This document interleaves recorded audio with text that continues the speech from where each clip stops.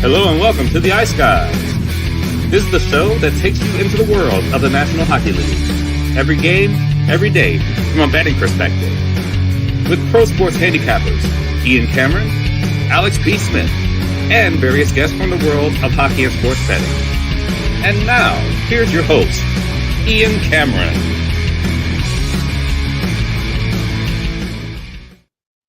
Welcome to the Ice Guys, Wednesday, October 9th. Ian Cameron, Alex B. Smith. Hope you survived your opening night hangover, if you will. Some, even on this show, had one. But nevertheless, it is Wednesday, October the 9th, and we are here, and we're ready for a Wednesday night with 5 games on tap, all of them nationally televised. We've got double headers both sides of the border. If you're in Canada with Rogers Sportsnet, you got a little Leafs Habs at 7 Eastern, followed by both Winnipeg, Edmonton, and Calgary, Vancouver. They're going to put the games on multiple Sportsnet channels, but you'll be able to see both of them simultaneously at 10 Eastern. And if you're on this American side of the border, it's a TNT doubleheader. New York Rangers, Pittsburgh Penguins, followed by the Colorado Avalanche and Vegas Golden Knights. So a great night of hockey on tap. We'll break down the games. We'll also introduce a brand new segment and a brand new weekly Wednesday guest joining us from Power Play Sportsbook, Larry Fisher. He will be on the show with us every Wednesday, and we will be joined by him in just a few minutes for the debut of a brand new segment, which we will unveil in just a moment. But first, we'll look back on last night. Just quick hitters. Seattle-St. Louis was a pretty crazy game in that you look at the first half of that game and you think Seattle's going to run this St. Louis Blues team right out of the rink. I mean, they were the better team, and it wasn't even close. Swarming the Blues. St. Louis looked like they were stuck in mud. They could barely make a pass and connect on a pass up the ice to a teammate for really the first half of the game. That's how bad it was for the Blues. And then all of a sudden, a huge goal was scored to make it 2-1. It was significant for sure. It kind of totally changed the game from that point, because right after the Blues made it 2-1, they really got a ton of momentum from that goal, and they kept at it. And then, of course, next thing you know, bang, bang, 2-2, and then 3-2 for the St. Louis Blues after Seattle had scored the first 2 goals early in the second period, a 5-goal second period. 2-0 Seattle, then turns into 3-2 St. Louis. And Seattle dominated St. Louis in the first period, too, even though that game was scoreless. After one, they had a bunch of chances, just couldn't finish on them, but they were carrying the play and dominating. And then once St. Louis got up 3-2, or got to 2-1, and then they basically carried the game the rest of the way. And Seattle had their opportunities late, but St. Louis shuts the door. They hang on for a 3-2 win, an absolutely atrocious beat if you had the over in that game.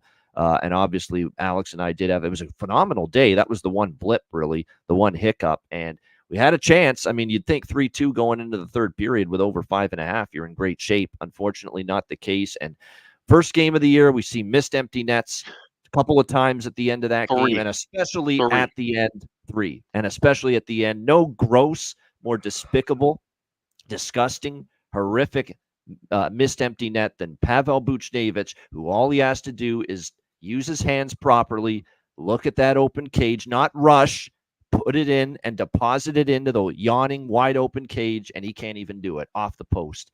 And it stays out with like 1 or 2 seconds left, and the game stays under the total. Brutal stuff, Alex. We're clearly heading into what it will be now, year 5 of teams just failing to find empty nets. It is absolutely unbelievable. This whole chipping the puck into the zone, letting it slow down, and almost as if they're trying to get the puck to just stop moving with 30, 40 seconds left. And if it wasn't for the fact that, like I said, Seattle just kind of ran out of gas late in that period, but you give teams chances to get the puck and gain entry right back into your zone when you do that. If you focus up and try to get the empty net goal, put the game away, you don't have these chances where all of a sudden the extra attacker now you give them a chance to set up an actual break. You could have a 4-man break going around because you're trying to chip the puck in and kill time rather than just score the fucking goal and take the 2-goal or 3-goal lead and put the game away. It is infuriating, especially when you have overs or have puck lines that are affected by it. Yeah, crazy stuff. But a great job by the Blues. I'll be honest, they got away with one. I didn't think they played. I don't think they played that good. They certainly didn't play any. They weren't good at all for almost 2 full periods, but credit to them. Seattle opened the door, making it, again, 3-0 before 2-1. We always say that when a team is up 2-0. If you don't get that game to 3-0, you're playing with fire. And certainly we saw that, and St. Louis ended up paying the price. Next up, we had Boston, Florida. God, I could watch these two teams play every night. I mean, the intensity, the animosity, the physicality, scrums, and hatred, and after the whistle, chirping back and forth, a couple of fights.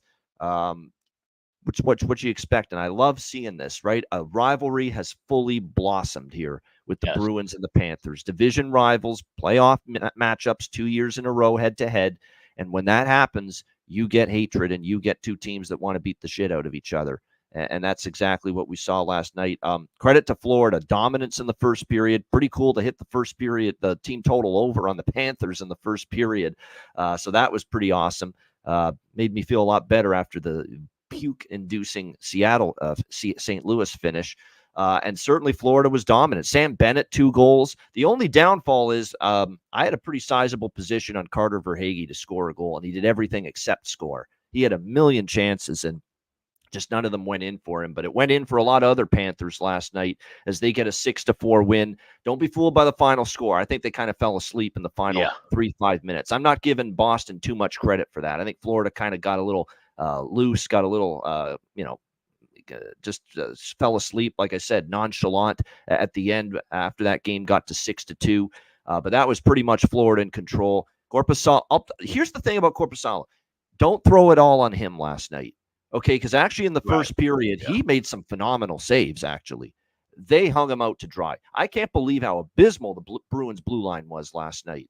Atrocious. Not a single Bruin on that blue line except maybe McAvoy, and even he didn't have a great game.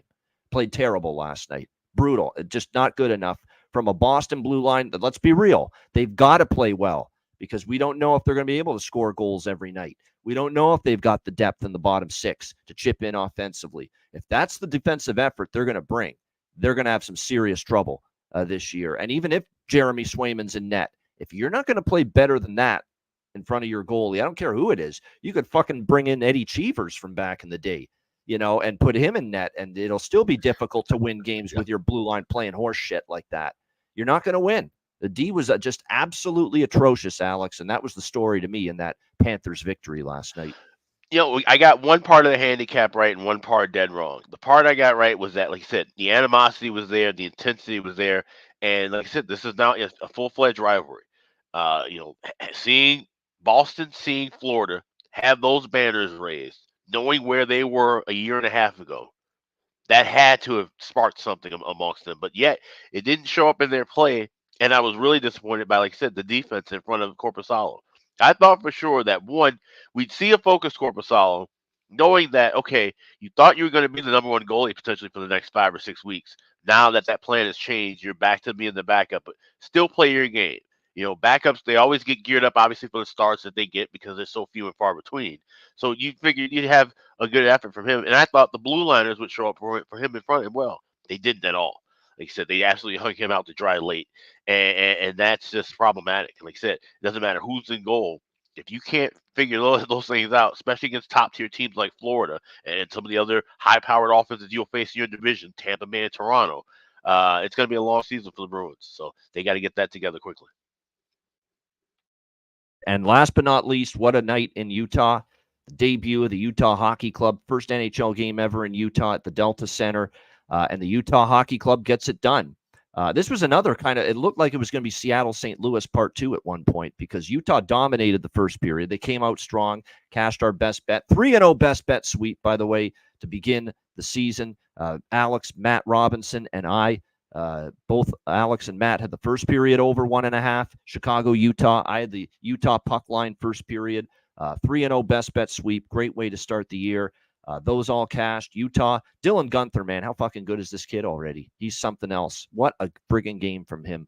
He is just going to be an absolutely outstanding hockey player, offensive talent. He already is. Just wait till he gets, even more experience, even more games under his belt. Just everything. Finish, great hands, great skating ability. He can just, deceive the defense, make a little shifty move here and there and just get in alone. He's got all kinds of talents and abundance of skill. And it's definitely going to be outstanding. Yeah, Logan Cooley's not bad either, Robert. I agree. Clayton Keller, what a great game from him. First night as the captain of this Utah hockey club. They played great. Now, I'll give Chicago a lot of credit. I thought that after the first period, second and third period, they played a really good hockey game. They credit to Ingram, made a few big saves. Ingram's the real. The more I watch Connor Ingram, the more I'm thinking he's the real deal as a goaltender. He had to make some tremendous saves in the last two periods when Chicago came on strong, which was huge, and ended up surviving 3-2, and then they put the empty netter in 4-2. And for those that had over 6, and I did have a piece of the over 6 as well, we get the late goal as well after the empty net goal had gone in to make it 5-2 for the Utah Hockey Club as well. So that was great to see. Barrett Hayton had a great game. A lot of the forwards up front had a great game. Sergachev looked solid in his first game with the Utah Hockey Club. I liked a lot of Chicago's game at 5-on-5, especially in the last two periods. But I've got to call out this power play already. 0 for 3 in that second period when they really had a chance to get themselves right back in the game, if not win it. And I'm seeing a power play unit in 2024 with fucking Craig Smith, who, by the way, had an atrocious turnover at the blue line, which resulted in one of Utah's goals. I got to watch Craig Smith and Pat fucking Maroon on a power play unit in 2024. What are we doing here? My gosh, why don't we just call up Ty Domi and Bob Probert from back in the day, see what they're doing? Let's call up Rob Ray. Let's see what he's doing with the Sabres. Stop commentating for the Sabres, Rob Ray. Let's bring you in on this Chicago power play here, the second unit. I think there's a role for you. What the hell are we doing here? And then the slow entries. Ray Ferraro nailed it on the broadcast. The slow as fuck entries into the offensive zone. No speed. Makes it very easy for the penalty kill to line up at the blue line and just stifle you and stymie the attack. I mean, just absolutely awful from the power play. It still needs serious work, clearly, after that performance last night, Alex. And like I said, I thought 5-on-5, last two periods, you can't complain too much about Chicago. The bad start killed them, and unfortunately, a horrific power play hurt them as well. Yeah, there might need to be some changes made with that bench. And I'm not saying Luke Richardson needs to go, but I think in some of the assistants and whoever's running the power play in the offense right now might need to be reassigned or fired. Because that was an issue of power play was not converting at all during the preseason. They were not moving the puck well at all, and that has translated over into game one. And I thought that was just trying to figure out where the lines were. That was understandable if you see a night or two where the power play doesn't work out because you're just trying to see who can gel, who doesn't. You should not have an 0 for 3 spot with this group of guys, even with Pat Maroon and Craig Smith on the second power play, which I agree is somewhat ridiculous, but at least utilize them properly. Pat Maroon should be parked right in front of the goaltender. He's not. He's working along the wing. Like that's the thing. It's the personnel name the problem. It's the schematics, and everything isn't set up as well as it should be right now offensively for the Hawks. So that is a huge glaring problem. Like I said, turnovers by forwards. Craig Smith had a bad one. Philip Kurashev had a bad one. Those guys are just gonna have to play better hockey. But kudos to Utah. Huge win in front of the crowd, and the home crowd was rocking and rolling all night. He said that energy, and even there was a couple of times where they got a little quiet when it was 3-2, but eventually, like I said, getting that empty net goal and then the fifth goal, that place just completely lost their mind. So, that's going to be a tough barn to play in for some teams, especially like we talked about in the preview when they're flying in. They've already played in Denver, been in that altitude for a day or two. Now you got a third day still in that higher altitude in Salt Lake City. I think the hockey club is going to be able to catch some teams off guard throughout the season. No question about that. It was a great environment, great atmosphere as we expected. I really like Ryan and Ashley Smith, the owners. I think they love this team. I think that they care greatly about not only it succeeding off the ice, but on the ice.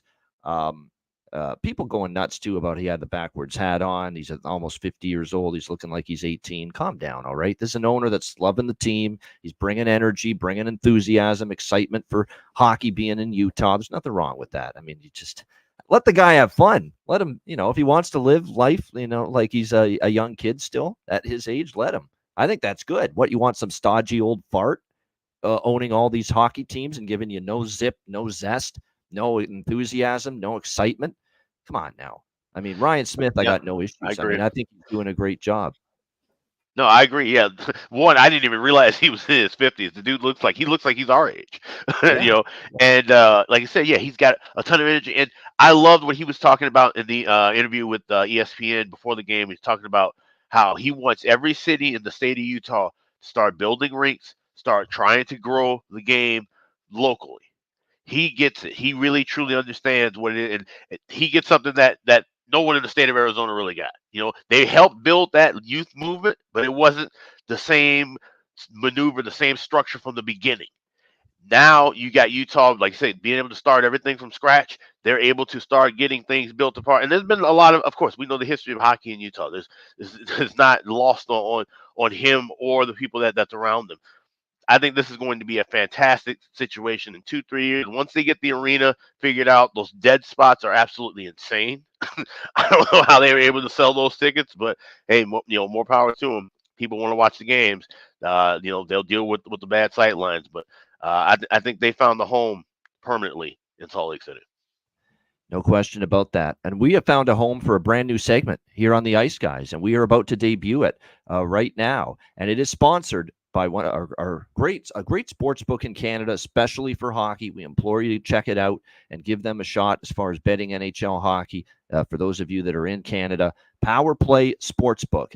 And we are going to have a weekly Wednesday segment on this show, sponsored by Power Play Sportsbook, coming right up. This segment is brought to you by Power Play. Discover Canada's top-rated sportsbook. Enjoy same-game parlays, player props, and more. Raise your game. Join Power Play today. Remember to always bet responsibly. Sportsbook not available in the United States. Must be 19 or older and to play. Gambling problem? In Ontario, call 1-888-230-3505. That's 1-888-230-3505. All right, Power Play Sportsbook. Make sure you check them out. And again, a great sportsbook in Canada for hockey, especially. Make sure you check them out, Power Play Sportsbook, indeed. All right, we are just awaiting our guest to join us here in a moment. But in the meantime, I will announce, I guess you could say, what the name of this segment is. And actually, when we found out we were going to partner with Power Play Sportsbook as a sponsor of the Ice Guys show, we were going to discuss what we would call this segment. And with the sports book being known as Power Play, we initially thought maybe we would go with the Power Play of the Day, something like that. But I decided, and Alexson liked it. Larry Fisher, our guest, he liked it. That's going to join us in a moment. He liked it as well. We decided we were going to call this, instead of the Power Play of the Day, and I want the people in the chat chiming in. Do you think this one is better? The official name of this segment that we will have every Wednesday. There it is. The Betting Man Advantage. There you have it. That is going to be the name of this segment on Wednesdays, courtesy of Power Play Sportsbook. The Betting Man Advantage is the name of it. And certainly excited about it. And like I said, it's going to be certainly a nice ring to it. I agree with that. The Betting Man Advantage, Alex. We talked about this, what if we would name it, and we do like it. We do indeed like it. So we are definitely excited about it. But we're looking forward to it. We're just waiting for Larry. But like I said, Power Play Sportsbook is one of our sponsors here. And like I said, make sure you check them out. Certainly going to be a great sportsbook to try out betting NHL if you're living in Canada. Yeah, absolutely. Thanks to Power Play Sportsbook for, like I said, being part of the team this year. And like I said, this is a fun segment as we welcome Larry Fisher in. Welcome. We're just talking about the wonderful book that you have and where you guys operate, and just talk a little bit more about what you're doing over at Power Play. Kind of introduce yourself to all the Ice Guys faithful here watching. Hey guys, thanks a ton for having me. Super stoked on the season. Super excited to get going with the Ice Guys. Big fan of the show, and obviously Power Plays. Thrilled to be partnering with the Ice Guys this season, and especially one of the only true hockey betting podcasts. And as Ian said, Power Play, just with the name Power Play, it goes hand in hand with hockey, and there's a good overlap there, and certainly with Canada and North America being one of our target markets, we get a lot of action on hockey betting, and so yeah, it seemed like a perfect fit. And I enjoyed the first 3 games last night. Great recap, guys, and I can't wait to see what comes tonight, especially with 3 all Canadian matchups. It's going to be a heck of a night for hockey. Yeah, there's no question. And Larry Fisher, we happy to have you. He'll be on every Wednesday with the Betting Man Advantage. Talk about your hockey background, though. You're not just some spokesperson for Power Play Sportsbook. You're not just someone that works in the company here for Power Play. You have a hockey background. You've been a scout in the past. Tell all our audience about what you've done in the hockey world. Yeah, I'm one of the fortunate people. I'll be I got a looming 40th birthday in November, and I've been able to spend my entire adult life working in hockey. So I'm pretty fortunate that way. I have a sports media background, so I was a hockey journalist, beat writer for the WHL, the Western Hockey League, covering all the top prospects. My first year here in Kelowna, where I'm based, was the year that Jamie Benn, Tyler Myers, Mikhail Backlund, Tyson Barrie led them to a WHL championship. The year that Luke Shen made the Leafs out of camp when they probably should have sent him back in 08-09. I was obviously here throughout the Leon Draisaitl when the Oilers reassigned him to Kelowna, and he carried them all the way to Memorial Cup final as well. And yeah, we've had a ton of talent come through here in Kelowna. So yeah, definitely the beat writer side, but also like you mentioned, I've always been a big fantasy sports guy, always into the betting, but my passion is kind of in the scouting and especially scouting NHL draft eligible talent. So I do have a gig this year. I'm working with Jason Bukla and the Pro Hockey Group, based out of Toronto, but I'm their WHL scout or Western Canadian scout. If you're not familiar with Jason Bukla, he is a prospects and draft analyst for Sportsnet, the big obviously the NHL rights holder here in Canada. So you see him on TV and radio every night. But Jason's background prior to that, he spent a decade as the director of amateur scouting for the Florida Panthers. He drafted and had a big say in acquiring a lot of the players that are currently the reigning Stanley Cup champions. So, and prior to that, he was with the Nashville Predators as a scout. So just great to be part of Jason's team. We got 6 or 7 scouts kind of across North America and doing some overseas video scouting and stuff, but definitely between hockey media and scouting and then now really diving in on the sports betting side, I got my plate full of hockey and I love it. No doubt. You love hockey. You have a passion for it. Like I said, you've got that. And I know Jason Bukla's work on Sportsnet because we see him, especially around draft time. And you're right. He's pounding the pavement. That's exactly what he's doing all throughout the year. And I'm sure that's Sam Cosentino. Forgot to blanked on the name for a minute. He and Jason, they're the big draft analysts. They're the ones going around watching as much junior hockey, as possible throughout the year so that they can formulate these opinions on these prospects going into the NHL draft. So that's good stuff. Now, Larry obviously works within Power Play Sportsbook, our new sportsbook sponsor here. And of course, as you mentioned, he's got a hockey background, but this guy loves hockey and he loves betting on hockey. Tell us about how you fell in love with betting the sport. Yeah, so I fell in love with like probably a lot of people. Started with the fantasy hockey, back in the day, just the as a young kid already getting into the box pools and stuff, and then growing it into the Yahoo single season leagues, and then into some deeper keeper leagues, some really creative dynasty keeper leagues, and then into I had a role with a startup that was a blockchain NFT type platform that was selling essentially professional fantasy hockey, which had a daily fantasy component, but also it was dynasty, but it mirrored the NHL 1-to-1. So it was 32 franchises. It's still going. It's called the Ultimate Fantasy Hockey League. A great league if you love dynasty and you want to feel like you're an NHL general manager, most realistic fantasy hockey league. So that was a great gig for a couple of years. Again, being able to work in fantasy sports and get to know the betting side a bit through there. More so on the crypto side, and then and definitely all along. So whether it was playing the daily fantasy when that came out, that hooked me for a little bit. But then it got more into the actual, especially with the live betting now. Like there's nothing more exciting than watching a game and let's say Montreal jumps out to a 3-1 lead tonight after the first period. Well, hitting that Toronto to score the 4th goal, next goal, Toronto, whatever it is, that intermission, the second period gets that much more exciting when you turn the game back on and you got a vested interest and not even just chasing the live betting, but the strategic betting and same game parlays are relatively new at least for Power Play. I know other sports books have offered them for a while, but player props and same game parlays was something that was a newer offering for Power Play starting in the NHL playoffs this spring when we changed platforms and betting provider or odds provider. So definitely really enjoying the same game parlays, and that's what I'm hoping to bring you guys some luck with here today. Yeah, you're preaching to the choir when you're talking about live betting. I mean, that's something we live for, and that's why we end up doing the betcast, which we have, that come along throughout the season. But definitely, like I said, a fantastic background. Like I said, I know some questions that people have kind of in the chat as well Maybe throw some of those up before we start talking about the game that we're going to break down, Ian. We will, definitely. We've got some good questions. Someone was asking, is it available Power Play Sportsbook in the U.S.? Not yet, unfortunately. It's Canada only at this point in time. In Ontario specifically, powerplay.com. And if you're in Ontario, it will, like I am, it'll just redirect you to the Ontario. It'll basically the Ontario portal, if you will, of the website where you can sign up for an account, log into an already existing account, and place your bets. So what is the status of Power Play expanding moving forward, if possible, Larry?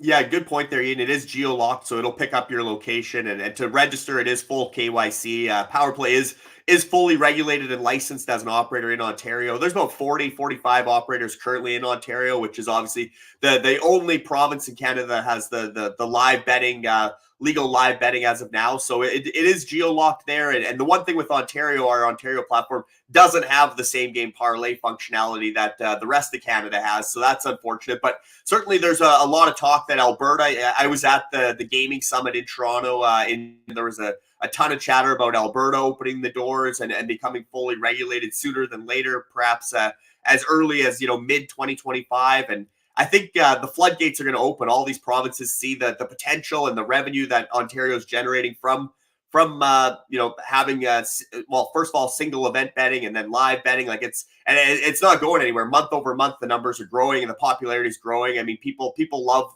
the action and the markets that are offered. So I think Power plays along for the ride. Definitely, they're looking at expanding as the industry does across North America, and when the time is right and when the conditions allow for it, certainly south of the border, we know how much appetite there is for all sports, whether it be NFL or NHL or hockey down in the United States. So yeah, if Power Play can operate there legally, they'll be setting up shop crossing the border as soon as possible as well, I'm sure. Rich H, a great question. I'm sure Larry's got superiors that would probably be the people to ask about this and sign off on it. But I wonder if Power Play Sportsbook will consider offering a deposit bonus for the Ice Guys bettors. Larry, what say you about that? I think we can definitely. I'm sure we could get some sort of a referral code, promo code, and you enter it in, and everybody gets a little kickback. That's a great idea, Rich. Thanks for throwing it out there. And Alex, Ian, and myself will, like Ian said, we'll take it back to the powers that be and see what we can hook up. But definitely, if there's guys from the community here that want to get involved, I can't see why we shouldn't top up the bonus a little bit, and everybody wins, hopefully. There you go. So we will have news hopefully on that in the future that we can roll that out there. No question. All right, Larry, when you come on this show, like with everybody else, me, Alex, Matt, any other guest, you got to put your handicapping hat on and you got to tell us what you like here on the betting board for the night. And see if I can display this correctly. Let's see if it's going to cover our faces here, but that's okay. Just for a second, we'll flash it up on the screen here. We'll see if we can adjust this next time, place it on the screen a little better than this. But I will say this. There is one of 4 bets for tonight that you sent to us. This one coming from the Oilers-Jets game. This is the same game parlay. We let Larry decide, he felt SGP, it was a little bit better to have, just put a little more fun into it, to submit some SGP bets. For Edmonton-Winnipeg tonight, Larry, you've got Victor Arvidsson over 1.5 shots on goal. Leon Draisaitl to score a goal for Edmonton, over 6.5 in the game, and Edmonton to win the game. Same game parlay, plus 575, risking 10 to win $57.50. So just tell us about why you like that and what stands out about that Oilers-Jets game. Yeah, I guess the hardest one to hit there usually, or it tends to be the anytime goal scorer. So we can start with Leon Draisaitl, who's got 112 million new reasons why he wants to light the lamp tonight, show that new contract that he signed, and kind of reward Daryl Cates and Oil Country for the mega contract. But I really feel like Leon Draisaitl is going to have a big impact in the game tonight. I wouldn't be surprised if that's a power play goal, and I wouldn't be surprised if it's in the first period. So we could all breathe a little easier if that box gets checked earlier than later or sooner than later. Victor Arvidsson, he's playing on a line with Draisaitl and Jeff Skinner. Draisaitl is going to essentially be the playmaker there. He's one of the best passers in the league, even though he's a 40-50 goal man perennially. He's his bread and butter is still his passing, probably the best backhand passer in the league.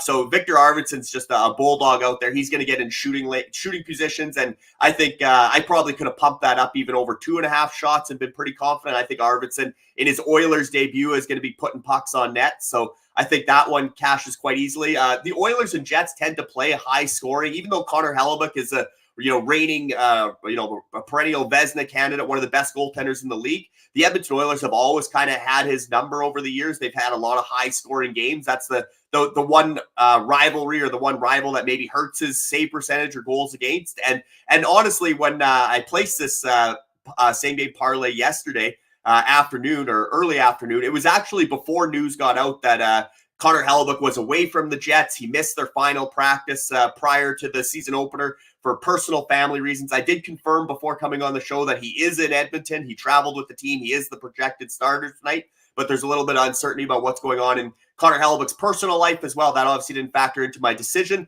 I got it at 5.75. I just built it again as I was coming on the show, and it's down to 5.50.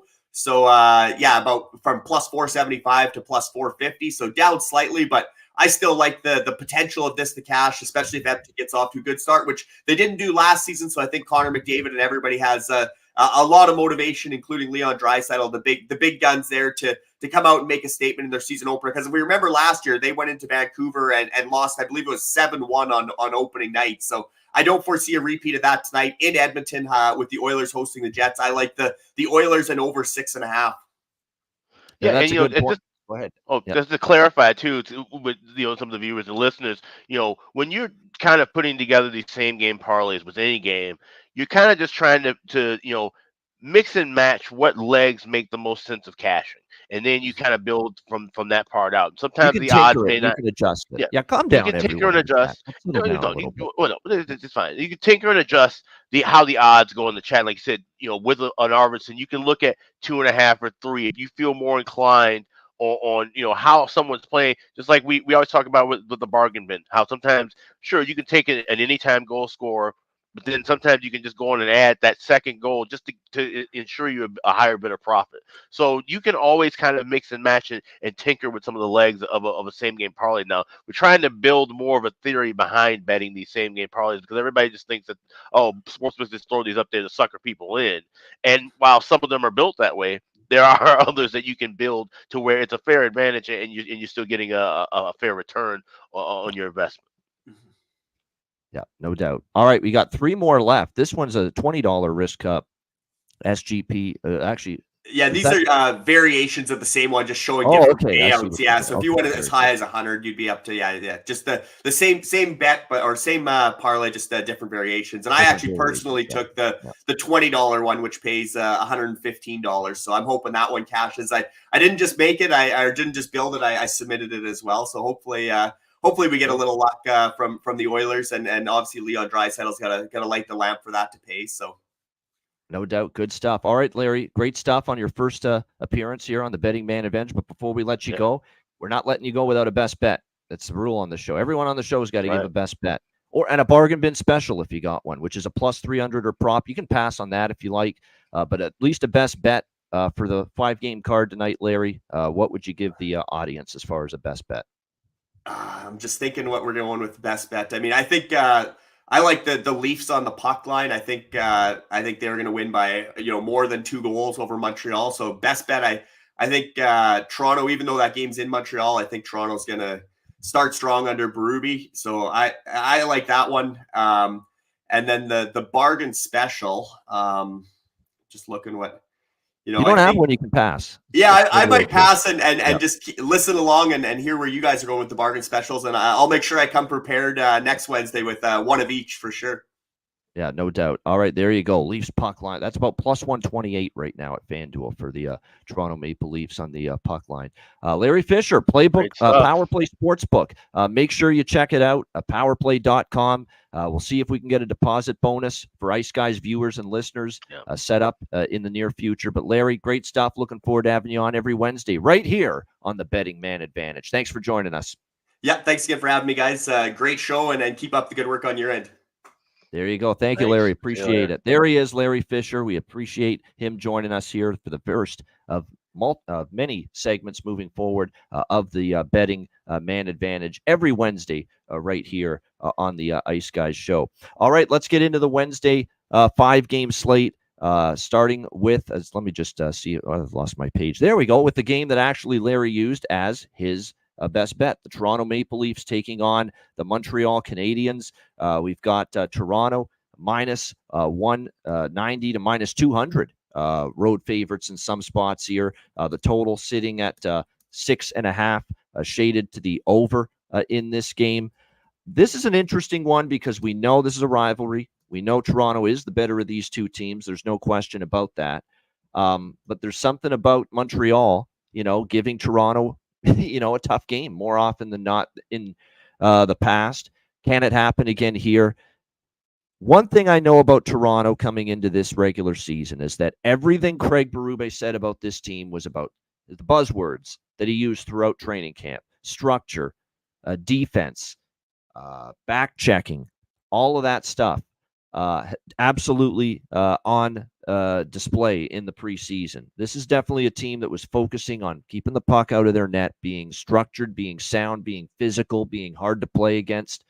And I think that's the style Craig Berube is going to employ here with this Leafs team. I also think it's going to be a team that's going to not mind trying to win games 2-1 or 3-2 or 3-1 this year.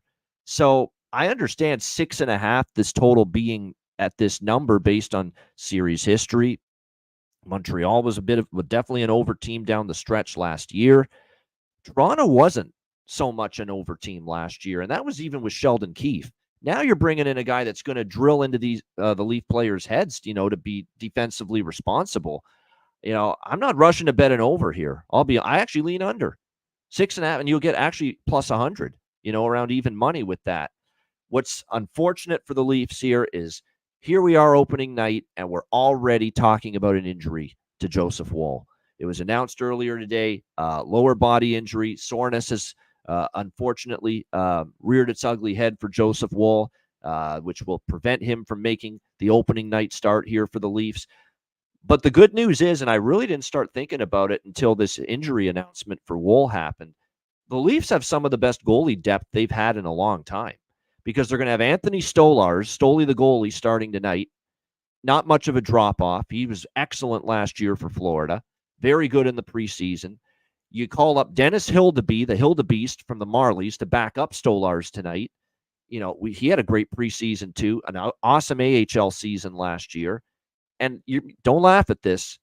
And I know he's the fourth goalie in the depth chart, and he's had injuries, and he's probably over the hill, older now. Matt Murray, he's still in the organization. He actually had a good preseason, believe it or not, for the Leafs. He's your fourth goalie in the depth chart. You actually have some pretty solid depth in the organization with your goaltending. So thankfully the Leafs have that. But again, this has got to be worrisome. We've talked about this. We think the talent and the potential to be a great goalie is there for Joseph Woll, but now the ability to stay healthy, we have to keep questioning that. This is a bad sign. This is the first night of the season, and we're talking about a lower body injury, an LBI already for Joseph Woll. It is very worrisome, very unfortunate, and I know they're saying it's minor. They're saying you haven't ruled out that it'll be available tomorrow when they play back-to-back against New Jersey. But, boy, you don't want to see that first night of the season. For me, I lean under. I'm not doing anything with a side in this game other than my first draw of the season right here with the Leafs and the Habs. The Habs played some draws last year. We know the Leafs were the kings of the draw last year, and I think they're going to have the propensity this year to be in a lot of tight games, one-goal games, because of the way they're going to play under Craig Berube. It's not going to be a team that's going to chase offense. It's not going to be a team that's going to chase goals. This is a team that if they get ahead, they're going to be responsible and look to lock things down this year. Berube's not going to have it any other way. Otherwise, you're going to be sitting on the bench, and you're not going to get your regular shift. So I think when you look at this Leafs team, it's a difference in philosophy this year. And I think it's going to be difficult for them to gain that 2, 3 goal, 4 goal margin of separation on a nightly basis. I think they're going to be in a lot of close games throughout the regular season. We know Montreal always treats Toronto kind of like their Stanley Cup. They always get the best from the Habs. You look at series history. I know only 2 of the last 6 meetings have gone past regulation, but you had a 3-2 in there. You had a 4-2 with an empty net goal. You've still had some pretty close games. I know we didn't have an overtime game yesterday, in the 3 games. But I do think we've got a chance to see our very first overtime game of the season right here tonight. Give me the draw with the Leafs and the Canadians, and you can get that upwards, again, of plus 360. Let me check the folks at FanDuel, who often have the best prices available anywhere with the draw. But anyway, you're good looking at plus 360 minimum here with the draw. At FanDuel. Plus 410 there you at go. FanDuel. Even better. Yep. Plus 410 at FanDuel. I think we got a chance to see some OT here. Alex, Leafs, Canadians. Yeah, that's the move. If you watch the season previews, I wore the draw season hoodie for both of these teams for a reason, because that's all they did for us last year. They cashed left and right with the draw tickets, and now, like I said, Toronto having better goalie depth. Like I said, Wall's fine, but Anthony Solars is a more than capable goalie to take over when there's injuries around. Like I said, Hill to be solid. Matt Murray, if he can stay in one piece, is a formidable option as well. So having that and going up against Montembeault, who he's just gotten better and better as time goes on. This guy didn't look like he was going to be much of anything when he was in Florida. I actually kind of almost labeled him a bum at one point, but he's definitely improved over the years. He's one of those goalies that we've seen that throughout the league in many a season, where a guy just, the older he gets, the better he gets in net, and that seems to be Montembeault. So I think this is definitely going to be kind of a defensive battle. We should see some goals kind of early, and then things settle down. So not only could you grab a little 6.5 now, I'd maybe wait for an early goal and grab a 7.5 and try and catch that at maybe a minus $1.20 and then ride from there. But I'm definitely on that draw, especially when you're talking about plus 410 with the history of these two teams just individually over the last year, 2 seasons. Yeah, I agree with that. I think it's going to be, a very competitive game. It usually is with these 2 teams, regardless of how good Toronto is on paper. And we think Toronto's obviously better than Montreal on paper. But like I said, there's something about when these 2 teams go head to head. I think it's a situation where, again, we could see a chance we get this past regulation. And I agree with about your thoughts on Montembeault. He has definitely improved. There's no question throughout his tenure with the Montreal Canadiens. I thought he had a pretty solid year last season for them. Yeah, no Bobby McMahon in the lineup there. Who said that? The Cuban Wayne Gretzky. Yeah, he's not playing. He's not in the lineup. He's starting the year as an extra forward for the Toronto Maple Leafs. But for the Leafs, look, I'm starting with Matthew Knies. My player prop betting is going to start with him this year. He's on the top line. He's undervalued. I figured he would be with Matthews and Marner. You're getting good prices there, upwards of still plus 300 at BetMGM points bet for Matthew Knies to find the back of the net. That's great value. Domi against his old team. Maybe I could see him finding the back of the net playing with Tavares and Nylander. How about Max Pacioretty against his old team? Another former Hab. Why not? He made the team on the PTO as well. And there's no doubt I think he's got the chance probably to make an impact here offensively for the Leafs throughout the season. He, again, earned his way onto this team via his performance in training camp. So, again, I think that's definitely going to bode well for him. So, absolutely, I think Max Pacioretty going to be worth a look. And then, of course, the guy that stole the show for the Toronto Maple Leafs in the preseason, Tricky Nicky Robertson. I mean, it's almost impossible. Now, there was some doubt whether he'd play in this game tonight. Let me just see if we've got, I think he's still going to be in on that third line for the Leafs tonight. Last I checked, I think he's going to be good to go. And again, he would be someone that you got to look at right now. He was one of the guys that he scored their most of their goals in the preseason. So plus 425, upwards of that price for Nick Robertson. BetMGM, I think, is good value once again as well with him. And then, of course, on the Montreal side, I'm keeping it simple here. Slavkovsky, goal and assist. I like it. Caulfield, goal. I think that makes sense. I think when you look at the second line, maybe you can look at a Kirby Dach as well for the Montreal Canadiens. I thought he had a pretty good preseason, and it's absolutely phenomenal to see that he's healthy. How about Alex Barré-Boulet? How about him? Now, Montreal Canadiens. He is someone that I thought had a good camp, made the team out of camp. I think there's a little value even on him. And plus, French-Canadian, right? Playing in Montreal for the first time. You're going to see him fired up for this matchup tonight. So I think Alex Barré-Boulet has a little bit of goal prop value here in this game tonight. So those are the main ones. It's for a game that, I'm not convinced we're going to see a boatload of goals, but if I'm going to sprinkle on goal props, I think there's definitely value. Nyes, Domi, Pacioretty, Nick Robertson for the Leafs, and then probably looking at, like I said, Slavkovsky, Caulfield, Doc, Barre Boulet up front for the Montreal Canadiens here. And Lane Hudson, yeah, his first regular season game this year with the Montreal Canadiens. Certainly the assist prop, because he's going to have a hand in a lot of the offense from the back end for the Montreal Canadiens this year. And if you want to sprinkle on a goal, but more so the assist with Lane Hudson, who I can't wait to watch a full season of Lane Hudson here with the Montreal Canadiens. All right, that was a Rogers Sportsnet first game of the doubleheader in Canada. This is your TNT in the States first game of the doubleheader. New York Rangers, Pittsburgh Penguins. Rangers minus 145, road favorites, 6 the total. This price has gone up significantly from where it was. It was minus 115. It's gone all the way to minus 145 here in this game. This is, to me, obviously a team that I think could win the Stanley Cup, can win the East in the New York Rangers. And a team in the Pittsburgh Penguins, I think, is going to miss the playoffs. So obviously it's a clear bet on versus bet against. It is game one, so be careful. Doesn't always happen that the better team wins the first game.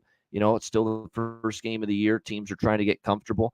But I think definitely you have to give the edge here, no doubt about it, to the New York Rangers, who are going to obviously be having, it looks like, Igor Shesterkin in net. Tristan Jarry is confirmed in net for the Pittsburgh Penguins. There's some concerns maybe he'd be not available, and that's especially important that he is available because Nedeljkovic has been banged up here in camp for the Pittsburgh Penguins. When you look at the Rangers, Riley Smith is a prop that stands out, not only because they're going to see if he can fill that top line role for the New York Rangers with Kreider and Zibanejad, but it's the former team angle as well. You've got him playing against the Pittsburgh Penguins. And it wasn't a great year for Riley Smith in Pittsburgh. So you got him on the top line. You got him playing against his old team. It sets up well for Riley Smith to be a good goal prop look in this game tonight. I got to bet Alexis Lafreniere. I've got him over his goals and points for the season, playing in a contract year, coming off his best season in the NHL. So we're going back to the well with Alexis Lafreniere on the New York Rangers side. For Pittsburgh, there's value in Beauvillier, but I don't think I'm touching it. I know he's on the top line with Sidney Crosby to begin the year. I'd much rather take my chances with Drew O'Connor, the other guy on that left wing side with Sidney Crosby, because Drew O'Connor showed me something last year. Beauvillier, he's played with some really good talents and it just hasn't produced consistently. That price is great on Beauvillier. I won't deny that for someone on the top line, but I don't trust him to take advantage of that. Feels like Ilya Mikheyev last night for Chicago Part 2 with Beauvillier. I know he's on the top line. Doesn't mean he's going to score. I feel more comfortable with Drew O'Connor at plus 470 alongside that Sidney Crosby on that top line for the Pittsburgh Penguins. You got Bunting, Malkin, and Raquel on the second line. I'd sprinkle on McGroarty, too. Rutger McGroarty had a good camp for the Pittsburgh Penguins, and he's a little X factor for them. Like, if they're going to surprise people and maybe be better than people think, I think Rutger McGroarty is a candidate to have a hand in that for the Pittsburgh Penguins. So a little sprinkle on him playing with Eller and Puljujarvi on the third line. You've got Cody Glass repair, Cody Glass replace with Noel Acciari and Kevin Hayes on the fourth line for Pittsburgh. Now their forward group's got some. If the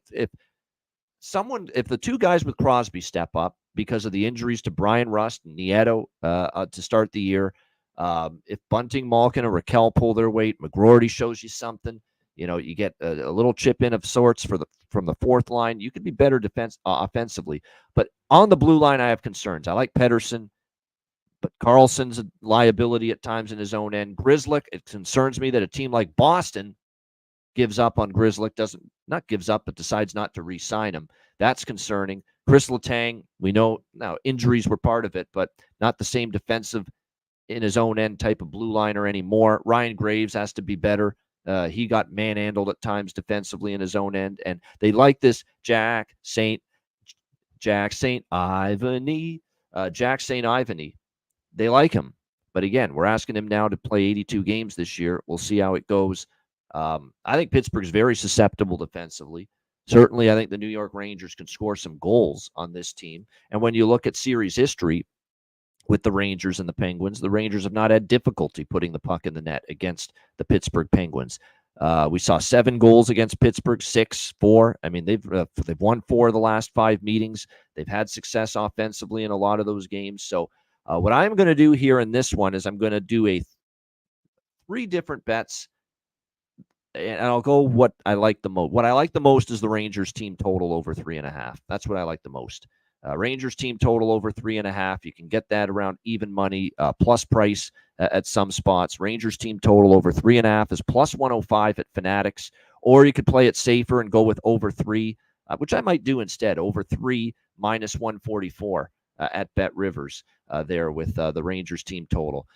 Rangers money line, but small, very small. I prefer the team total. And a small piece of the over. Shesterkin in net concerns me because with him, it could always be someone where you get him playing on top of his game and he shuts it down. But I'll say this about Pittsburgh. When they've played the Rangers, they've been able to chip in offensively at times. There was a game last year. They beat the Rangers and scored 5 goals, the one game that they did win in the last 5. So a little on the over 6, a little bit on the Rangers money line. I think the primary bet and the one that I'll have the most investment in is the Rangers team total here over.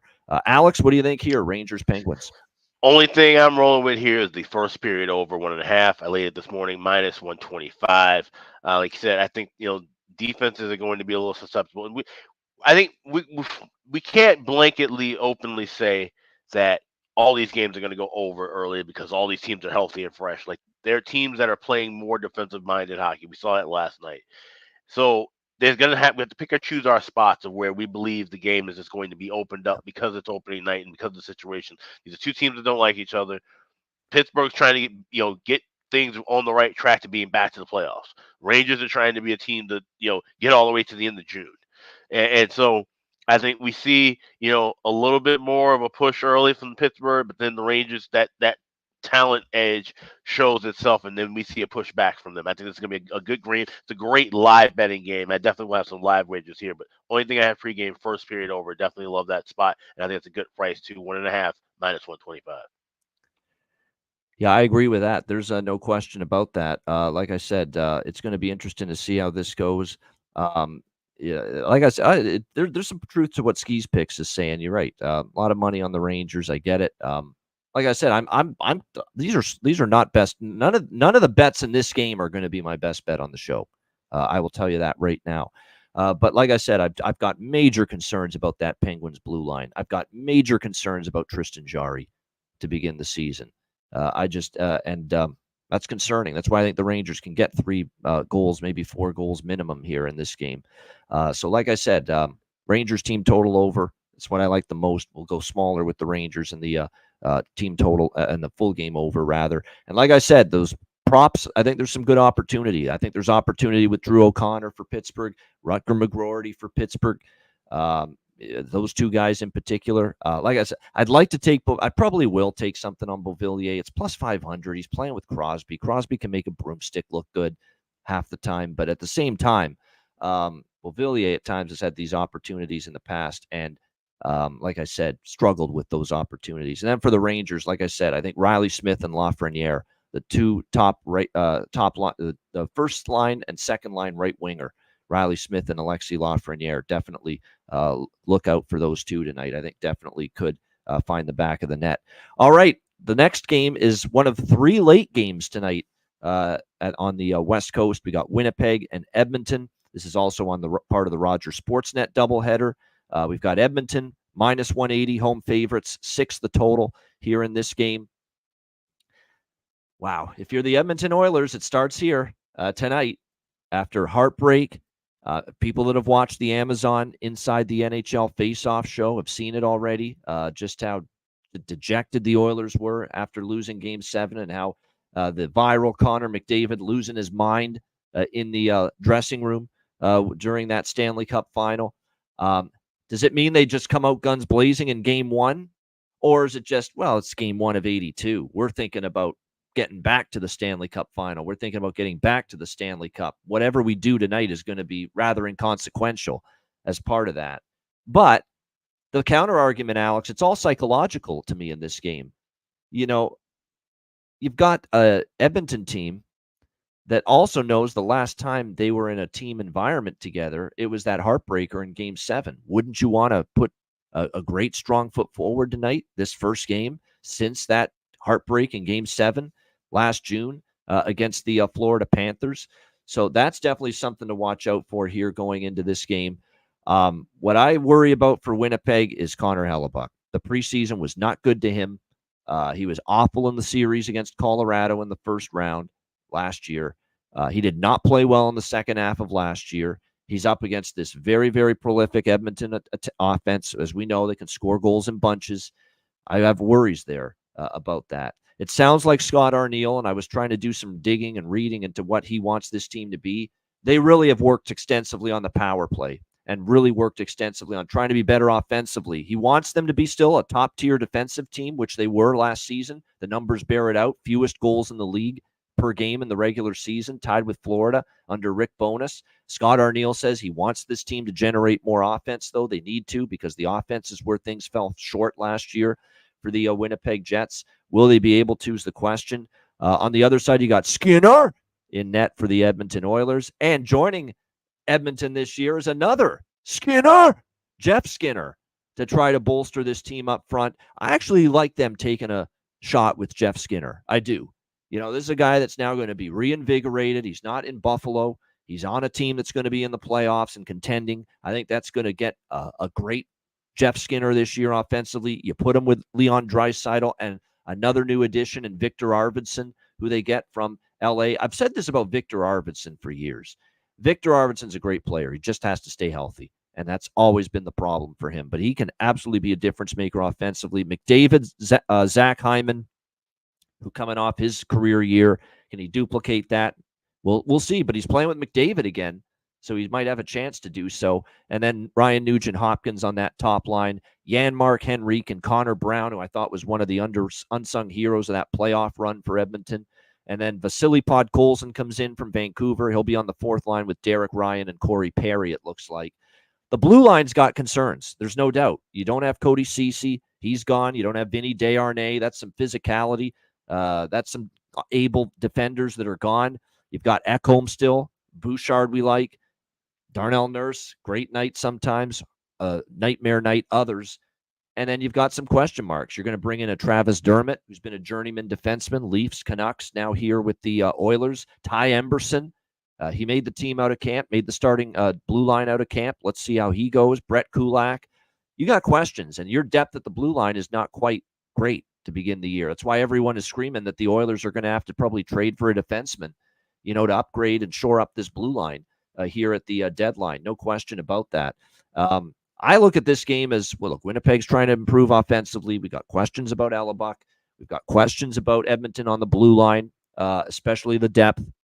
Could be an over game to me. I like first period. I like over bifecta here. Over first period, over full game.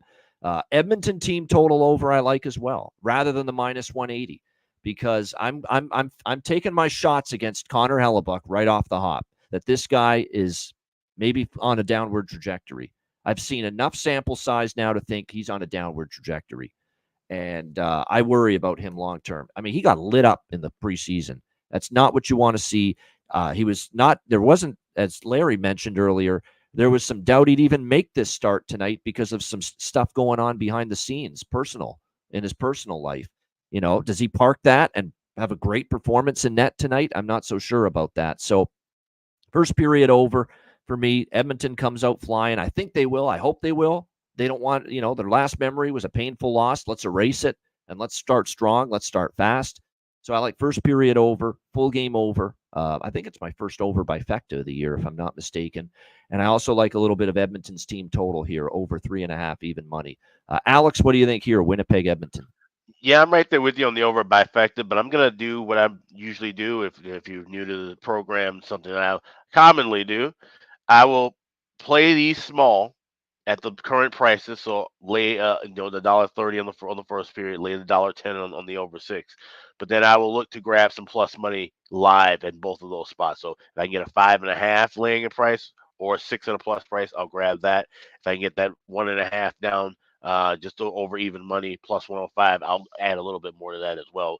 And it's funny because it's kind of bucking a trend that I was looking at a few weeks ago, like I said, these lines have been up for a while, but Winnipeg and Edmonton, 2 of the last 3 meetings had gone past regulation. They had actually played each other fairly tight. But like you said, Connor Hellebuck seems to be distracted now that we know that there's personal things going on. That would explain the poor play that we saw during the preseason, and maybe that explains what was going on in the postseason and second half last year as well. If he's not ready to go, the Jets have the absolute worst goaltending room in the National Hockey League because his backups are Kaapo Kahkonen and Eric Comrie. So the Jets are in serious trouble right off rip. And if Edmonton's ready to roll, like you said, ready to put last year behind them and start fresh and start anew, which I think they will, I love them first period over. I would look at them first period puck line as well with the Oilers, along with the full game over. So that's 3 plays for me: Edmonton first period puck line, first period over 1.5, and the over 6. But I'll be adding more to those totals in game as well. All right, good stuff. Liking the Edmonton first period puck line, first period over, full game over, Alex. And this one, like I said, for props, Hyman's obviously, he can score every night when he plays with McDavid, obviously, but you're not getting value anymore with Hyman. If you're looking for value for Edmonton, I think Jeff Skinner, Victor Arvidsson, a couple of the new guys. I think maybe Henrique or Connor Brown, on that third line, could pop and maybe chip in. For Winnipeg, it's Velarde. I like Velarde. We showed you how well he played last year. Nikolai Ehlers is someone that I think, and Perfetti, those guys you can look at as well. Maybe for goal props. It's a contract year for Ehlers. Keep that in mind for him as well this season, something to keep in mind. And I talked about Edmonton's blue line after seeing what's happened. Broberg now in St. Louis, and Broberg had a solid game yesterday for the Blues in his debut there. And Ceci gone. They don't have the depth they did last year, especially in the playoffs. Winnipeg after Morrissey, man. DeMello, Sandberg, they're all right, but are they elite? No. Neil Pionk's a little undersized. He got beaten up a little bit in the playoffs. That guy's got a ton of heart. But boy, oh boy, he got worn down in the playoffs. Then you got Hayden Fleury, Colin Miller, Dylan Coghlan rounding out this blue line for Winnipeg. Logan Stanley starts the year on IR. That's not a Devils 90s blue line. Let's put it that way for the Winnipeg Jets either. So that's why I think these are 2 vulnerable blue lines to begin the year. So that's another reason why I think both of us think we might see some goals here tonight with the Jets and the Oilers. All right, we've got Calgary and Vancouver. Next up here, we've got Vancouver currently big favorites here in this one. The total sitting at 6 pretty much across the board here with the Flames and the Canucks. Yeah, minus 190. There we go. Screen froze for a second. Vancouver minus 190, home favorites. And the total right now sitting at 6.5, shaded to the under here in this game. I got to be honest. I'm taking a small shot with the Flames here tonight in this spot. And here is why.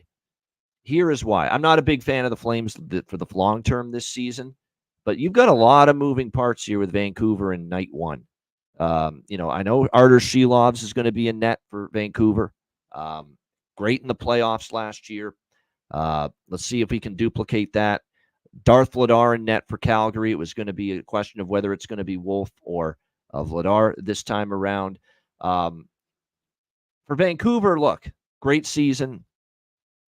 Incredible season last year. Rick Tocchet, deserving of Coach of the Year. And I think they're going to be great this year too. Like, they're not going to drop off, but I think in the first game, there's enough issues with Vancouver where minus 200 the first game out of the chute, to me, I'm a little concerned that they're just in this spot tonight a little overpriced. With Demko being out, don't underestimate the loss of Dakota Joshua either. Dakota Joshua is someone who I thought was absolutely tremendous for them in the playoffs especially. I think there's going to be young energy from this Calgary group this season. They're going to give a lot of these young prospects of theirs legitimate chances in the lineup. Connor Zary, who flashed down the stretch last year. Martin Everything is Pospisil as well. Kuzmenko is going to be on the top line with Kadri. And watch out for Samuel Hanzik, who is expected to make the team at 19 years old. And from all indications, he might be on the top line tonight for this Calgary Flames team. He just very much impressed Ryan Huska and the coaching staff in training camp. And it'll be interesting to see what we get from him. But the fact that he's not only made this team, Samuel Hanzik, but the fact that he's going to be maybe on the top line, at least the latest line combos show that with Kadri and Kuzmenko, that is something to watch out for. Maybe they found a little diamond in the rough. And once in a while you get this where maybe a player that you drafted is a little bit ahead of schedule. And maybe that's the case here for this 19-year-old out of Slovakia. It's going to be fascinating to see how it goes for him. But like I said, this is someone they drafted 16th overall just last year in the first round. And like I say, there's going to be a ton of young energy here for Calgary, especially up front. Now, the blue line, Mackenzie Weegar, we like him, and he's going to have to be great this year. There's issues on that back end. Miramonov, I like him, but man, he's the top pair already. That's concerning a little bit. Kevin Ball, Rasmus Anderson, Jake Bain, Braden Pahal. Rasmus Anderson has been around the block. Having that, veteran presence helps. Weegar's fine. Miramonov we like, although I question right now, is he ready for top pair minutes, top pair responsibility, playing in every situation, playing as much as you will be? That's going to be the question. I'm not big on Kevin Ball, as far as what we saw from him in New Jersey. There's a reason he's not there anymore. Jake Bean, Braden Pahal, Joel Hanley, Tyson Barrie. It's weird. Tyson Barrie made the team on a PTO with Calgary, but yet he's not in the lineup tonight, it looks like, for this opener. He's used as a spare defenseman at this stage, so that's kind of odd. The bottom line is there's big-time question marks and concerns on the Flames blue line. There's no doubt. So, but I still think this price for Vancouver, when you look at them coming into this year, we got to see it from Shelovs again, no question. You look at the changes up front, there is a lot of changes, like Miller and Pettersson down the middle. Besser's still there, but Danton Heinen, Jake DeBrusk, two former Bruins are in here now. Daniel Sprong, that's Sprong, moving up on the second line. Connor Garland, of course, was fantastic down the stretch. Their blue line, I look at their blue line too, as I like Hughes, I like Hronek, I like Soucy. Myers had a great bounce back year. Maybe Tockett's coaching had a lot to do with that, but can he do that again? And then Forbert and Desharnais are good physical defensemen, but they are actually a pair that I think you can beat them with speed. So that's going to be something to watch for. And then until Demko comes back, if Shelovs plays like he did in the playoffs and down the stretch of the regular season, they can survive it. But let's see it happen first with Arturs Shelovs this year. And you got Kevin Lankinen. I've never been the biggest Kevin Lankinen fan, and you're probably going to see him start from time to time. So I just thought a little overpriced. Not that Vancouver can't win the game, and we know that they're still the better of these two teams by a decent margin. But I just thought night one, we're going to lay minus not 190, minus 200 with Vancouver. Not for me. And I think you're going to see good energy here off the hop from this Flames team. So I'm going to sprinkle, nothing significant, but I'm going to sprinkle on Calgary plus 160. And I lean over the total here, 6.5. I do. And it's not, I don't like 6.5s with Tocchet usually in Vancouver because of how stringent they can be defensively. But I look at Calgary as a team that I trust them way more offensively than defensively. I look at Vancouver. I still think there's going to be some questions as far as the third pair and questions about whether Shelovs can replicate what he did down the stretch last year. So I still think even at 6.5, I would only look over this total, and I'm going to sprinkle on Calgary here, plus 160. I think we might have our first disagreement of the year with Alex B. Smith on this one. Alex, Calgary, Vancouver. Yeah, the old not so fast, my friend. But first, I got to ask you a question, though. What is your low point on Calgary? So if this was Calgary plus 135, would you still be on them? Okay. All right. No, That's absolutely not. This is Okay. all about you're getting. I need this kind of a price to bite on Calgary. Right. And even then, like I was hoping even plus 180, plus 190. But I said, close to plus 160, plus 170. It's good enough. So, okay. I get that. So it's a price play. I think Vancouver is far superior than Calgary. I think Shelovs will have a decent game and a decent season. I don't think he has to be as stellar as he needed to be in the playoffs. Like, that was a gigantic moment where it seemed like, I mean, everybody gave up on Vancouver. We had Vancouver futures and we gave up on Vancouver when we saw that they were going to the third string goalie. And he had to play lights out. He had to be that A1 goalie. I don't think he has to be that every single time, and he damn sure doesn't have to be that against this bad of a Calgary team who's running with the wrong goalie on opening night. Give me Vancouver in regulation minus 120, cheaper price. but going with the better team here. So I'm laying it with 120, and I also have a bargain bin spot in this game. Oh, yeah, no doubt. I see what Alex is doing. I mean, definitely, if you're going to take Vancouver, you got to take them in regulation or first period puck line or something. You can't lay minus 190. No doubt. I think it's one of those deals where I think it's going to be close. But like I say, if you're going to like Vancouver, you got to take them in regulation or -1 or a first period puck line. It's not the price you want to be. Would you recommend draw? First night. Because you're getting a decent draw price with a 2-1 favorite. Yeah, I mean, it's definitely possible. Yeah, it's definitely possible. We could see this, I think, game be a little bit closer. Now, the Canucks won all three of the 4 regular season meetings last year against Calgary. So there's no question they had the better of it. But like I said, this Calgary team up front, like, this is all unknown. We don't know if Connor Zary is going to have the year this year that he had, or is he going to play like he did down the stretch last year? We don't know if Kuzmenko is going to be phenomenal all year. We don't know how Samuel Honzik, this experiment's going to go with him on the top line to begin the year, but they are clearly impressed by the kid. I mean, 19 years old, and you're putting him out there on first night of the year on the top line with Kadri. I mean, my goodness. He took a huge leap. He's very confident. He had an amazing training camp, blew the doors off everybody in Calgary, blew everyone away on the coaching staff with Samuel Honzik's performance. But he's 19 years old. This is now the regular season, and he's likely suiting up on the top line to begin the year. So, that's the question, right? Are you ready for the National Hockey League? We're going to find that out here tonight in this one. So again, you know what? There are some 6s with this total. If you can find a 6, for 6 at 6.5, the over for me, it would be a small bet at most. You get me a 6, though, I'd be a little bit more interested, because I still feel Calgary is going to be one of those teams where they're going to score, but they're going to give it up. And I think, and it could happen tonight with Vladar too, because Vladar on his best night is great. Vladar on his worst night can be terrible. So what Dan Vladar are you going to get tonight for the Calgary Flames? But there is a 6 with this total at Bet Online. A couple other books have it 6 shaded to the over. If you can find a 6, I like the over more than I do at 6.5 for sure. In this one. And then, like I said, for props, I kind of mentioned them already.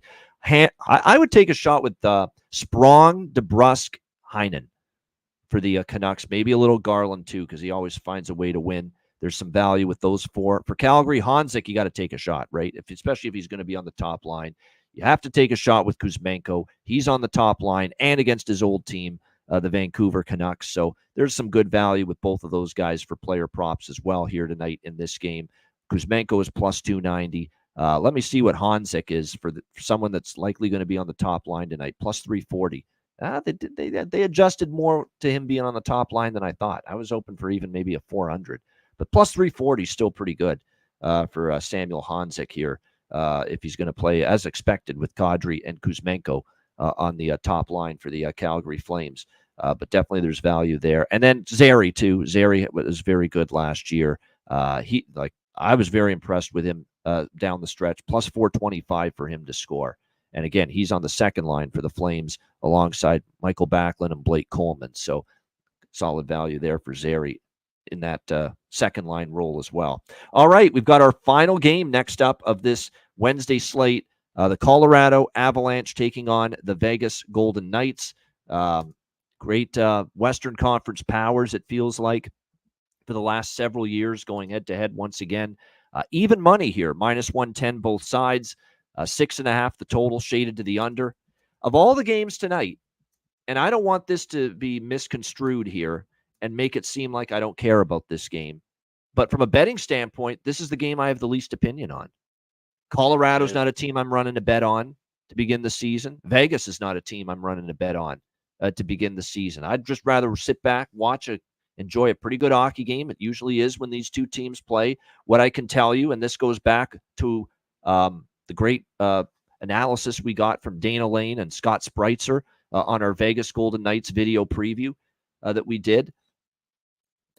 Bruce Cassidy is drilling into this team defense all training camp, all preseason. That's going to be something to watch for. Will they really try to play dumb it down hockey this year?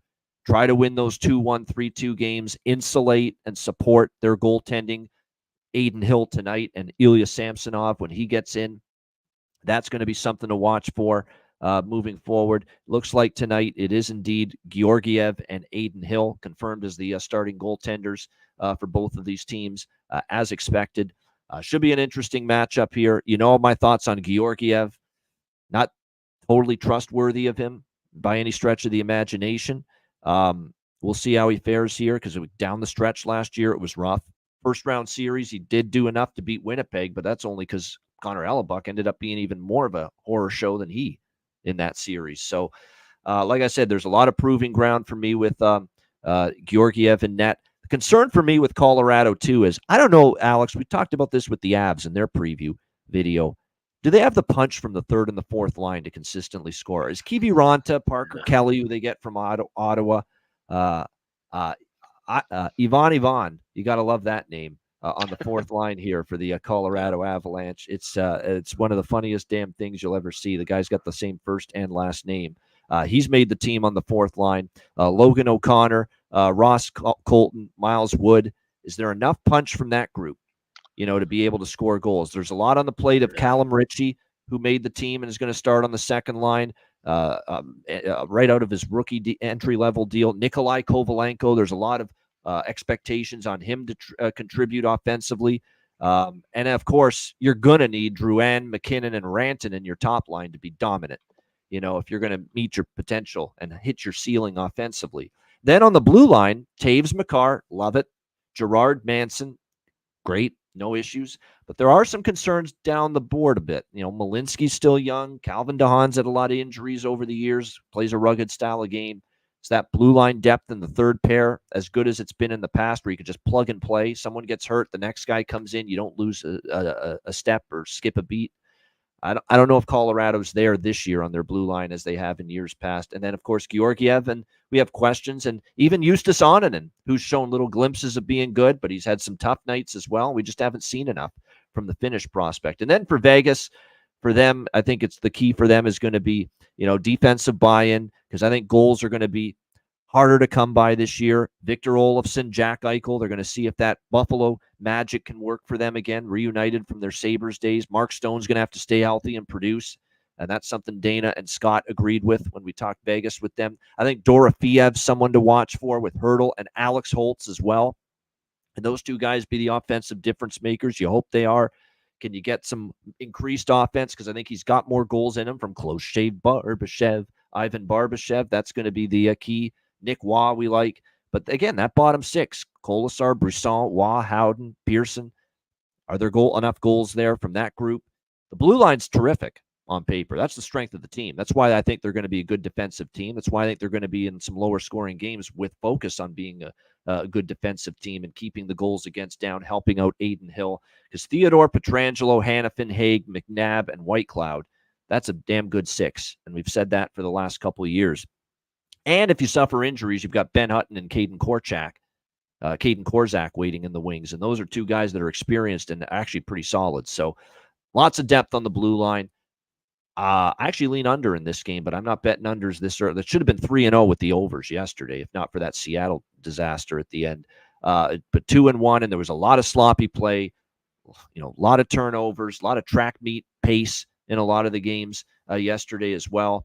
But I would still lean under because I think Vegas is definitely not a team I'm rushing to bet over with the way they're going to emphasize playing here early in the season. And I do lean to the draw here. I haven't moved on the draw yet, but I think this could be a draw candidate. We get a pretty competitive game here with the Avs and the Golden Knights. Alex, what do you think here? Colorado, Vegas. I'll be the first one to cross the street, and I'll play under 6.5. I do like that here, laying $1.15 up to $1.20.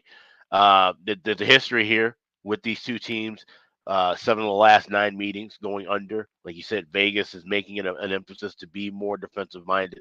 And Colorado, you look at their entire roster, 3 of their 5 best scorers are on injured reserve or some kind of time away with the team. That's not good. Like you said, the guys who are now playing the top line minutes aside from McKinnon are the guys that made Colorado so strong with their depth. You had Drouin scoring all those goals on the second and third line and sometimes on the fourth line. Now he's a top liner. A Logan O'Connor, a guy that you might need to put into the top 6. He's a guy who, usually gives you some balance in that bottom 6 range. I don't know if Ivan can score, so I'm going under 6.5. I figured you'd like that. I did. I very much like that. Yeah.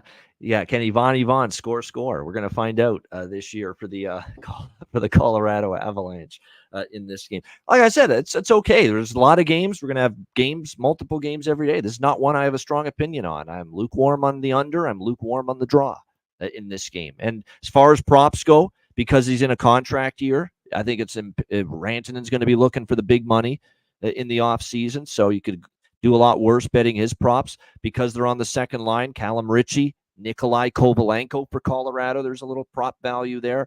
For Vegas, I think Dorofeev, Holtz, Barbashev, and Waugh, second, third line players, all four of them tonight. That's where the value is. Not saying Eichel can't have a huge game and score. Hurdle can't. But I'm saying if you're looking for value, I'd look more toward Holtz. I'd look more toward Dorofeev. And I'd look more toward Barbashev and Waugh. Those four on the second and the third line. And again, the reasons why I like Rantanen, even though we always know Rantanen is never a bargain to score. He's always sub minus 200 to score a goal, Mikko Rantanen. But again, he's playing for the big money. It's a final year it's on an expiring contract. And usually he gets someone wanting to produce. No question about that when they are playing for that big money on the final year of their current contract. All right, great stuff. That is the Wednesday NHL card. Shout out to everyone in the chat. Hit the like button. We appreciate it very much. And great show and a great first segment with Larry Fisher, too, on Power Play, a sports book. Definitely looking forward to that. Patreon.com/Ice Guys. Make sure you sign up. $10 per month. And again, you're going to get the daily betting card. And that daily betting card did very well yesterday. 3-0 best bet sweep on the show yesterday. You get every side, every total, every player prop on the page each and every day, posted at Patreon, patreon.com/Ice Guys. Goalie charts, totals charts, bonus content, live exclusive betcasts that are Patreon only. We'll have a bunch of those later in the season as well. All that and more. Player suite interviews, other bonus videos and shows we do. All that and more just for $10 per month. And again, that amount you pay for the Patreon page goes a long way to keeping this show going long term as well. So sign up. It's just $10 per month. Patreon.com/Ice Guys. Trust me, it'll be $10 well spent. Absolutely. And also check out the Ice Guys store, iceguys.myspreadshop.com. Get one of these nice, comfortable hoodies. We got T-shirts, we've got jackets, we've got caps, we've got everything you need. We're talking about yesterday, all the baby boom that's happening. We got baby clothes as well. We've got everything you need right now at the Ice Guys store. So grab some merch at iceguys.myspreadshop.com. No doubt. Great stuff. And good point about Hannafin there, Rocco Rogers. Yes, since he got to Vegas from Calgary last year, his point prop and the assist props, especially with him, were very good. So no argument there, my friend, on that. All right, great stuff. We will be back with Bargain Bin Special of the night and best bets coming right up, right after we hear from our great Ice Guys sponsor.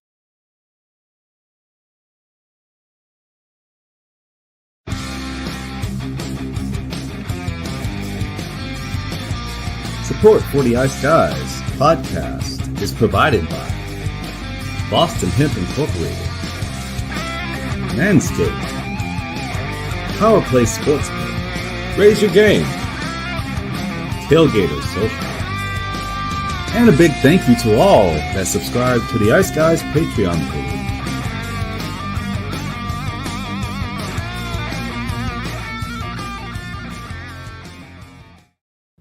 Everyone loves a perfect pair. Bacon and eggs. Thunder and lightning. Mario and Luigi. A hot dog with fries. Ian and Alex B. That's right. Everyone loves a perfect pair. So why not pair up your game nights with Boston Hemp? From exotic flower to concentrates and edible products. You'd be hard-pressed to find a better pairing than Boston Hemp and hockey. Check them out today at bostonhempinc.com. That's bostonhempinc.com. Boston Hemp Incorporated, the official smoke sponsor of the Ice Guys. Void where prohibited by law. Not available outside of the United States. Must be 21 or over to obtain products. Check your local regulations to see if Boston Hemp is available in your area. All right, there you have it. Boston Hemp Inc. 20% off all orders on the site using the promo code ICEGUYS at bostonhempinc.com. All right, bargain bin special of the night. Unfortunately, a dry night with the bargain bin last night. But I'll tell you what, Dylan Holloway in that St. Louis game, he had a million chances. Boy, oh boy, so close to cashing in on one of those, but wasn't meant to be. And then the Mikheyev experiment for me deteriorated quite quickly last night. And so unfortunately, no bargain bid hits last night, but we're going to try again tonight. And like I said, we're going to have our share of winners. Don't you worry about it one bit. Alex, we will start with you. What do you like from the bargain bin tonight? Yeah, Matty Beniers actually hit the post in the first period too in that Seattle St. Louis game. So we all came so close, but yet so far. But for tonight, looking at that Vancouver matchup with Calgary, and like I said, one of the new players there with the Canucks, got a lot of moving parts. I think Jake DeBrusk is going to have a big night tonight. I like him to score not once but twice. Give me 2 goals from Jake DeBrusk plus 1,900 over at FanDuel. So we're going big game hunting here, and I think he's going to have a big game. Like I said, I don't trust in Calgary's defense. I don't trust in Dan Vladar. I think there's going to be quite a few goals scored from Vancouver, and I think DeBrusk can get us 2 of them. So Jake DeBrusk, that's my bargain bin special tonight. Right on, right in line with Rich H. Rich H had the comment there. Yep, there you go. DeBrusk on that. There you go. Yep. So you're singing the same tune as Rich H right there with Jake DeBrusk. As far as bargain 1 goal at bin 330 and 2 goals at 1,900. I'll probably grab both of those then. Mine is Matthew Nyes, Toronto Maple Leafs, plus 300. Right on the nose, just barely made the grade, the price requirement, but I like it. Playing with Austin Matthews and Mitch Marner right off the hop. It probably would have been Nick Robertson, maybe my bargain bin, but I'm not 1,000% sure he's playing yet because he was the star of the preseason for the Leafs. And if he does play, he's definitely worth a look at plus 425. But yes, I'm going to go with Matthew Nyes, Toronto Maple Leafs, plus 300. For my bargain bin special of the night. Before we get to best bets, just a comment that I wanted to put up here on the screen. Let me just get back to the comments section here. It was from Skis Picks here regarding, let me just see if I can find it here. There we go. We got to go up here. These comments, that's why 75-year-old father is what I'm seeing here and watches the show. There we go. My dad just texted me. He's at home watching the Ice Guys, and he doesn't even. And he said awesome. Later on that it's his birthday today. So happy birthday! Happy birthday! Skis Picks that. Yeah, appreciate you watching the show. Pop Skis Picks. Happy birthday! Happy 75th. That's pretty cool. And like I said, he doesn't even bet, but he just watches. That's the great thing about this show. You actually don't have to bet to watch this show and enjoy it because we really do pack it full of hockey analysis, great hockey and insight and analysis that even just a hockey fan that doesn't throw any money on any of these games would enjoy and appreciate. So we thank you for that quite a bit. Let's wrap the show up. Best bets. What can we do for an encore after a 3-0 sweep on opening night? Alex, we'll start with you. What do you like for best bet? Yeah, let's go to this Metropolitan Division battle. We got the Rangers and Penguins. I believe there's going to be some goals are here early and often, and I think we got a good price for it. Let's go first period over 1.5, minus 125. The New York Rangers and the Pittsburgh Penguins tonight versus that TNT doubleheader. That's my best bet here for Wednesday. There you go. TNT Dynamite. New York Rangers and Pittsburgh Penguins. There you go. It was first period over? First period over, yeah. There you go. First period over for Alex B. Smith with his best bet. You can find that, by the way, right now. It's looking like still minus 125. Pretty solid price on that for Rangers Penguins. First period over for Alex B. Smith with his best bet. My best bet for this card, don't like this card, honestly, as much as last night. But there is one that I like, and I'm going to go with it here. It's a pretty solid price. Let's go with Winnipeg, Edmonton over 6. Minus 112, minus 115. I think we're going to see goals here. I think Edmonton's emphasized improving their offense. This was a bottom-tier offensive team last year, and it was a great defensive team. Tops in the NHL in the regular season with Florida for goals against. I think that goes backward. They're not going to replicate those defensive numbers, not with that blue line, not with Hellebuck struggling with his confidence down the stretch of last year, looking shaky as well in the preseason. I think the Winnipeg Jets will be able to find the back of the net here as well a little bit in this game tonight, because keep in mind, Edmonton has some new faces on the blue line, not quite the blue line depth they had last year, and I have concerns even about Winnipeg's back end a little bit. Not to mention, I think you bring in Arvidsson, you bring in a highly motivated, capable scorer, veteran player, and Jeff Skinner. And you're going to still, I think, along with McDavid, Hyman, Nugent Hopkins, Draisaitl, the regular cast of characters you know well for that Edmonton team, they will be able to score some goals. So Jets, Oilers over 6, -110 for me. For best bet here for this Wednesday NHL slate. That's a wrap. Shout out to everyone in the chat. Hit the like button on the way out. We appreciate it very much. And it's great to be back in the swing of things, doing this show 7 days a week. A reminder, the Ice Guys is live 7 days a week, Monday to Friday, 2 p.m. Eastern, Saturday and Sunday, noon Eastern. If you can't watch the show live, download the Ice Guys podcast in audio form on all major podcast platforms. For Alex B. Smith, I'm Ian Cameron. Have a great Wednesday night. Enjoy the games and good luck. And we will be back with you tomorrow on Thursday with Matt Robinson back in the house again for another edition of the Ice Guys.